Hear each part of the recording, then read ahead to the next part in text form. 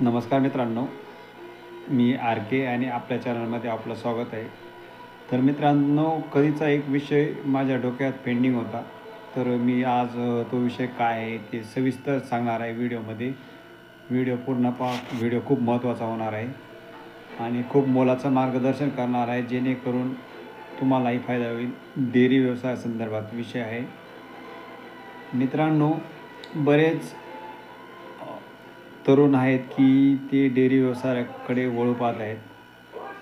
कारण आहे त्याला, कारण बेरोजगारी, नोकऱ्या नसणे, अशी बरेच कारणे आहेत. मित्रांनो, यूट्यूबवर बरेच व्हिडिओ येतात की 100% चाऱ्यावर दूध व्यवसाय हे झाला, हा इतकं हे करतो, त्याच्या इतक्या गायी आहेत, त्याने इतकं हे केलं. बऱ्याच यशोगाथा पाहिल्या जातात आणि त्याप्रमाणे अवलंबलं जातं. मित्रांनो, मी तुम्हाला काही टिप्स देणार आहे. डेअरी व्यवसायात उतरण्यापूर्वी या टिप्स माझ्या लक्षात ठेवा आणि त्याचं अवलोकन करा. तुम्हाला फायदा झाल्याशिवाय राहणार नाही. तर मित्रांनो, पहिली टिप्स आहे, तुम्ही व्हिडिओ जरूर पहा. पण जर व्यवसाय सुरू करायचा असेल तर तुम्ही चांगल्या म्हशींच्या गोठ्याला, गाईच्या गोठ्याला भेट द्या. तिथं 1-2 महिने प्रॅक्टिस करा. त्याने कोणती जात निवडली आहे, किती दूध देते, म्हशीमध्ये फसवणूक कशी केली जाते, आपली म्हैस खाटी झाल्यानंतर तिची किंमत कवडी मोल कशी होते, आपल्याला दूध व्यवसायात दूध कोणत्या याच्यामध्ये आपल्याला परवडू शकते, म्हणजे डेअरीमध्ये देऊन परवडते की विकून, म्हणजे आपण जे दूध काढतो ते ग्राहकापर्यंत पोचवून परवडते.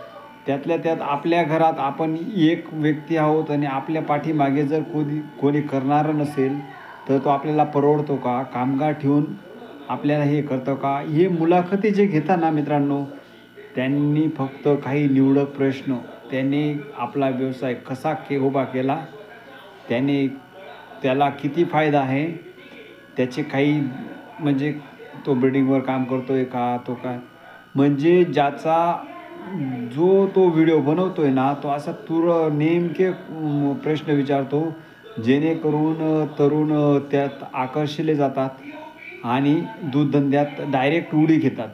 तर मित्रांनो, तसं करू नका. का करू नका ते सांगतो मित्रांनो.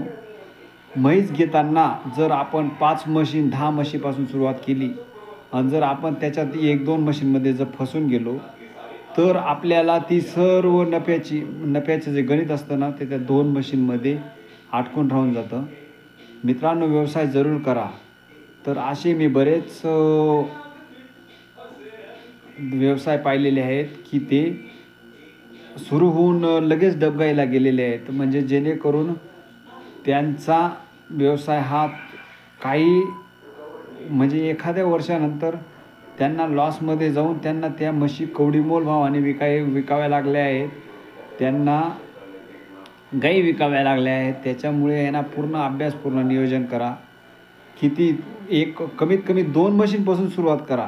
जर तुमच्यामध्ये कष्ट करण्याची धमक असेल आणि तुम्ही जर जात व्यवस्थित निवडली, जातीवर पण लक्ष द्या, ब्रीडिंगवर पण लक्ष द्या, खाद्य व्यवस्थापन करा, चाऱ्याची मॅनेजमेंट करा, चाऱ्यामध्ये काय काय लागतं आहे आपल्याला ते पहा.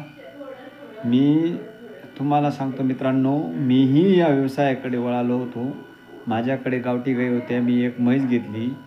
म्हशीमध्ये मी 70,000ला जी म्हैस घेतली होती मित्रांनो, ती म्हैस पहिल्या म्हणजे माझ्याकडे होती ना, ती दुसऱ्याच वेताची म्हैस होती. नवी म्हैस होती, जाफर जातीची म्हैस होती.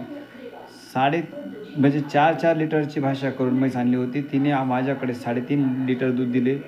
तिला राईचं तेल पाजून तिचं दूध वाढवलं गेलं होतं. त्यातल्या त्यात तिच्या पोटात लोखंड असल्यामुळे ती पातळ, म्हणजे संडास करत होती.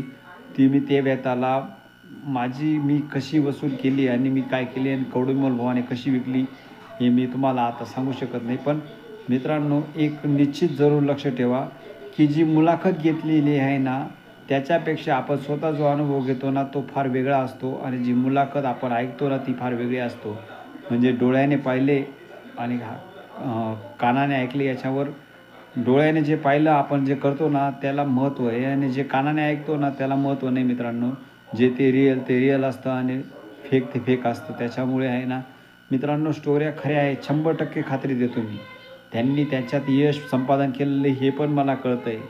पण त्यांनी ते यश संपादन करण्यासाठी काय काय कष्ट घेतले, त्यांनी काय काय नफा तोटा काय सहन केला आहे त्यांना माहीत असतं. ते एवढं डिटेलमध्ये ते काही सांगत नाही. ते फक्त काही मोजके प्रश्न असतात त्याचे उत्तरं देतात आणि ती यशोगाथा यूट्यूबवर व्हायरल होते आणि ते यशोगाथा पाहून आपण चुकीचा निर्णय घेतो. तर मित्रांनो, मी तुम्हाला आत्ता पण सांगतो आणि माझी कळकळीची विनंती राहील की तुम्ही पूर्ण अभ्यासपूर्ण नियोजन करा. चारा हा खूप महाग भेटत नाही. महाग भेटतो तो केव्हा महाग होतो, जेव्हा आपण मुरघास वगैरे आपण दुसऱ्याकडून विकत घेतो, त्याची कॉस्टिंग वाढते. आपण स्वतः आपल्या वावरातला चारा राहिला तर आपली कॉस्टिंग लागत नाही. त्याच्यामुळे आहे ना फक्त आपल्याला म्हशीचंही हे जातं, म्हशी किंवा गाईचं भांडवल जातं. पण कोणत्याही म्हणजे दूध व्यवसायात आहे ना मित्रांनो, पहिल्या वर्षी आपल्याला प्रॉफिट राहत नाही. कारण त्या म्हशींमध्ये आपण जो प्रॉफिट गुंतवलेला असतो तो त्यांचा म्हणजे आपल्याला त्याचं व्याज मिळतं असं समजून चला. तो आपला तो नफा शिल्लक राहतो.